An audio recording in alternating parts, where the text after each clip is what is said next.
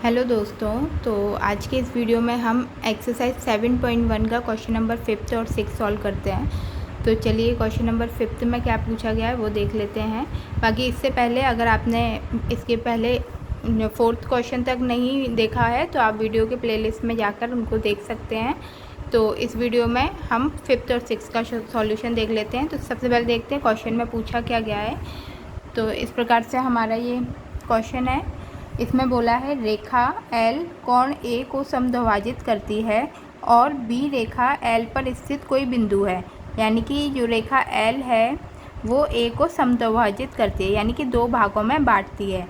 तो बी रेखा एल पर स्थित कोई बिंदु है और जो बी बिंदु है वो इस रेखा पर स्थित है। इसी प्रकार बी पी और बी क्यू कोण ए की भुजाओं पर बी से डाले गए लंब है। तो ये बी क्यू और बी पी जो है वो ए बी रेखा पर डाले गए लंब हैं। तो हमें इसमें दो क्वेश्चन पूछे गए हैं। पहला पूछा गया है कि त्रिभुज ए पी बी सर्वांगसम है त्रिभुज ए क्यू बी के और बी पी बराबर बी क्यू है, अर्थात बिंदु बी कोण की भुजाओं से समदूरस्थ है। तो ये दो चीज़ें हमें सिद्ध करनी है। तो चलिए मैंने ये इसका फिगर बना लिया है। अब सबसे पहले देखते हैं कि इस फिगर में हमें दो त्रिभुज दिख रहे हैं। एक त्रिभुज है ए पी बी और दूसरा त्रिभुज है ए क्यू बी। इसके ये लंब कोण हैं, तो ये क्या होंगे, 90 डिग्री के होंगे। क्वेश्चन में भी बोला है कि एल पर बिंदु बी के डाला गया लंब है। तो ये बी क्यू और बी पी क्या है, लंब बिंदु हैं।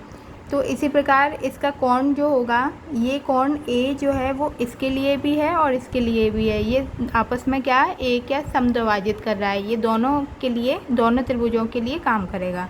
तो चलिए इसको लिखेंगे किस प्रकार से कि त्रिभुज ए पी बी तथा त्रिभुज ए क्यू बी में, ठीक है। तो अब इन दोनों त्रिभुजों में ये जो लंब दिए गए हैं हमें, तो कोण P बराबर कोण Q क्या हो जाएंगे, 90 डिग्री। क्यों? क्योंकि क्वेश्चन में ही हमें दिया गया है कि BP और BQ कोण A की भुजाओं पर B से डाले गए लंब हैं, ठीक है।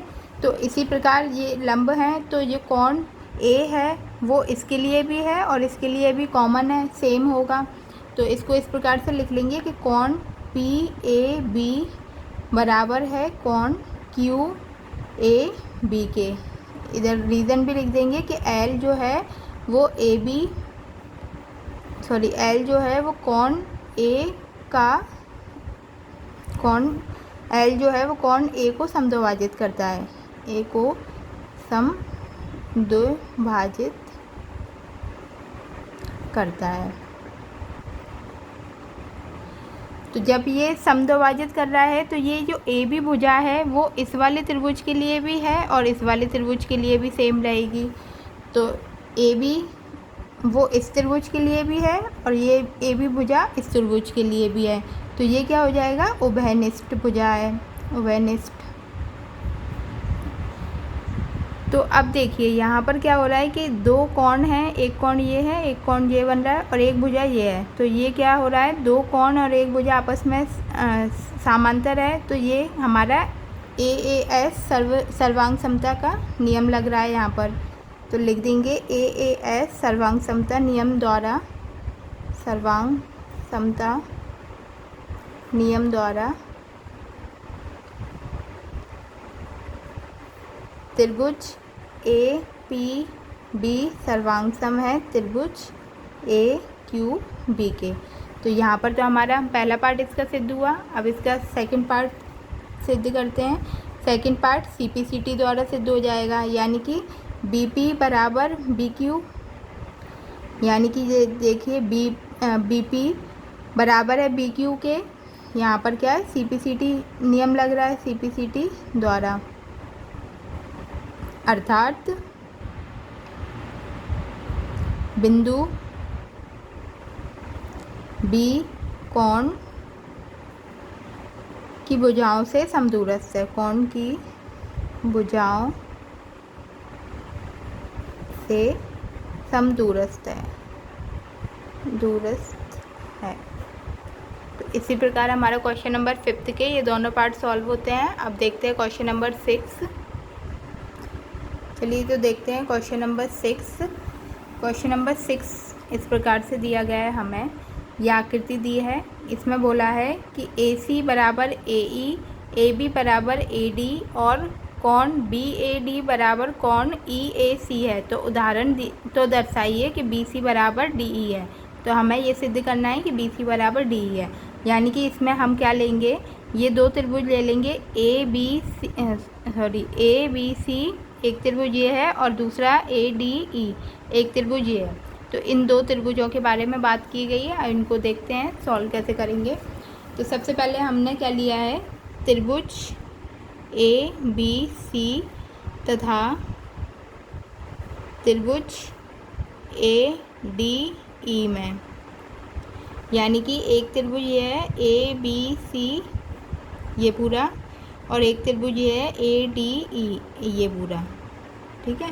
तो अब इसमें हमें क्वेश्चन में दिया गया है कि AB बराबर AD है, यानी कि AB जो भुजा है वो AD के बराबर है, AB जो है वो AD के बराबर है। यानी कि इस ABC त्रिभुज की भुजा जो है वो AB और ADE त्रिभुज की भुजा जो है वो AD, ये दोनों आपस में एक दूसरे के बराबर हैं। ये दिया गया है, हमें दिया है। इसी प्रकार AC बराबर AE है, यानी कि पहले लिख देते हैं AC बराबर AE,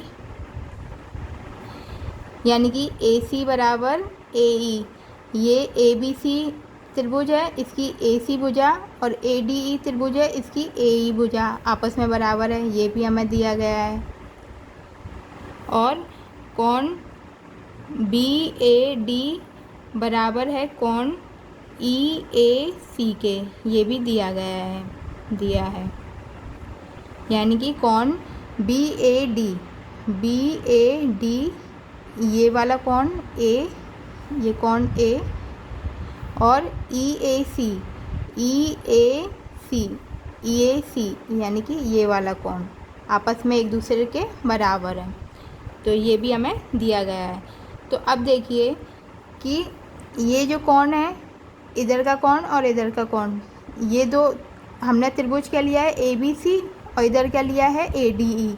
तो इसमें जो त्रिभुज ये जो दूसरा त्रिभुज है ADC त्रिभुज, या फिर इसका नाम ले लेते हैं DAC।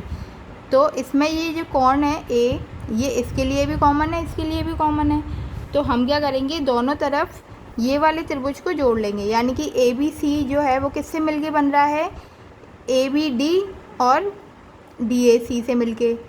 तो हमारे पास क्या है, ये वाला कोण है, ये कॉमन है, इसमें भी आ रहा है और इसमें भी आ रहा है। तो इस प्रकार से लिखेंगे दोनों तरफ कोण DAC जोड़ने पर इसमें हम दोनों तरफ DAC जोड़ देंगे। तो ये क्या बन जाएगा, कोण BAD प्लस कोण DAC बराबर, इसमें भी जोड़ देंगे कोण EAC प्लस कोण DAC। तो अब देखिए BAD यानी कि BAD प्लस DAC, तो ये दोनों मिलके क्या बन गया, त्रिभुज ABC। तो ये बन रहा है हमारा कोण BAC भी नाम दे सकते हैं इसको, बराबर इसी प्रकार क्या है EAC प्लस DAC। तो ये क्या बना रहा है हमारा कोण DAE बना रहा है त्रिभुज DAE त्रिभुज। तो अब देखिए यहाँ पर क्या हो रहा है कि ये दो क्या है, भुजाएं, और ये क्या है, एक कोण। तो दो भुजाएं और एक कोण मिलके कहाँ पर कौन सा नियम लागू करवाती हैं, सर्वांग समता, SAS का सर्वांग समता नियम। तो इसको लिख के दिखा देंगे, SAS सर्वांग समता नियम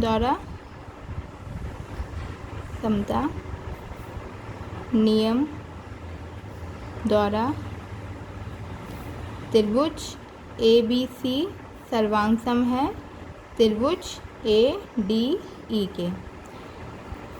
तो जब ये सर्वांग सम है तो BC बराबर DE भी होगा, यानी कि BC बराबर DE ये भी आपस में बराबर होंगी। तो यहाँ पर क्या है, CP/CT नियम द्वारा, CP/CT द्वारा। तो यही हमें सिद्ध करना था, ये यहाँ पर सिद्ध हुआ। तो यहाँ पर हमारा क्वेश्चन नंबर 5 और 6 पूरा होता है।